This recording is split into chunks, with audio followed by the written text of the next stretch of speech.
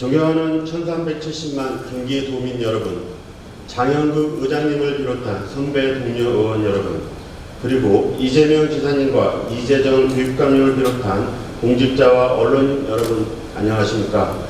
문화체육관광위원회 소속 더불어민주당 시흥 출신 안광률 의원입니다. 본 의원은 오늘 균형발전 특별회계 사업의 지방 이양으로 인해 추진 중이던 31개 시군의 대형 사업들이 중단되지 않도록 경기도 차원에서의 지원을 요청드리고자 이 자리에 섰습니다.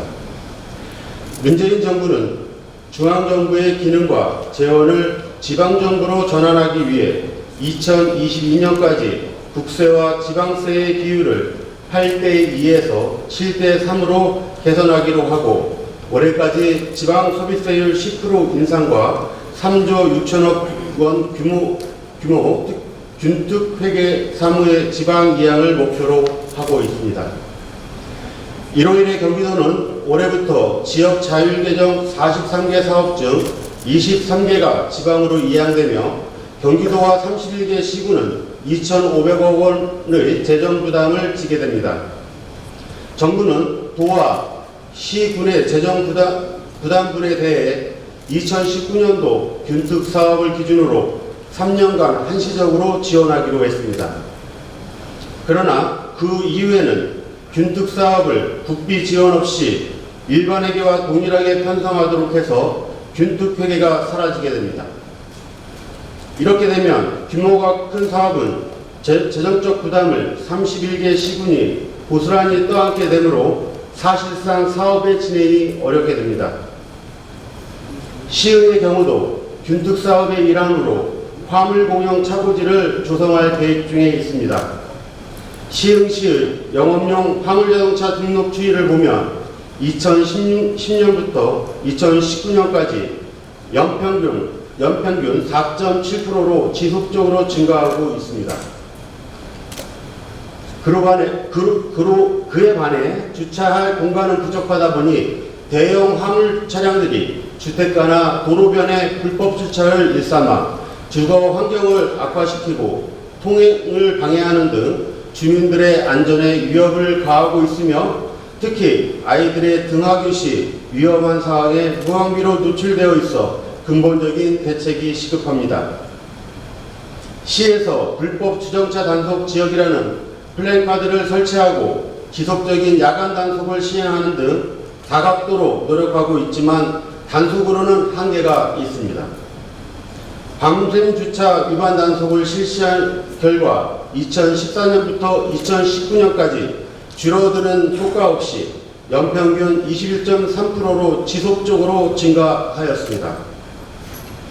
이에 균특 사업으로 공영 차고지를 마련하고자 하였으나 2020년 지방이양 3으로 결정되면서 지원 규모가 대폭 축소되어 사업 추진에 난항을 겪고 있습니다. 화물차고지 조성 사업은 당초 총 사업비의 70%를 지원받기로 하였으나 지방 이양 3으로 변경되면서 부지 매입비 등을 제외한 공사비의 70%만을 지원받게 되었습니다. 시흥시에서는 당초 90억 원에서 140억 원이 증가돼 230억 원을 부담하게 된 셈입니다. 이는 비단 시흥시만의 일이 아닐 것입니다. 경기도 31개 시군 모두 대규모 예산이 들어가는 사업을 균특 사업으로 진행하려던 계획을 재검토하거나 취소해야 할 상황에 놓여 있습니다. 경기도는 최근 지방분권 강화를 위해 경기도 자치분권 촉진 및 지원 추진 계획을 수립하였으며, 지난 5월 지사님께서도 대한민국 시도지사 협의회에서 지방자치단체 명칭을 지방정부로 변경하고자 제안하셨습니다. 본 의원 역시 중앙정부와 수평적 위치에서 하나의 국가처럼 지역 주민의 삶을 책임지고 여러 사업을 시행할 수 있도록 지방정부로 명칭을 변경해야 한다는 점에서 지사님의 의견에 깊이 공감합니다. 다만 지방분권의 강화에 따른 문제점들도 함께 들여다봐 주시기를 바랍니다.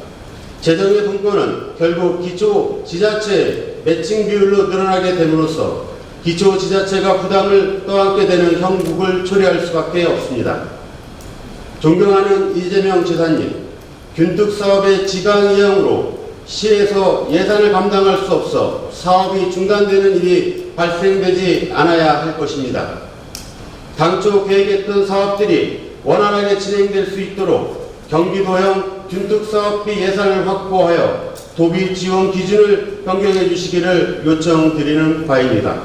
끝까지 경청해 주셔서 감사합니다.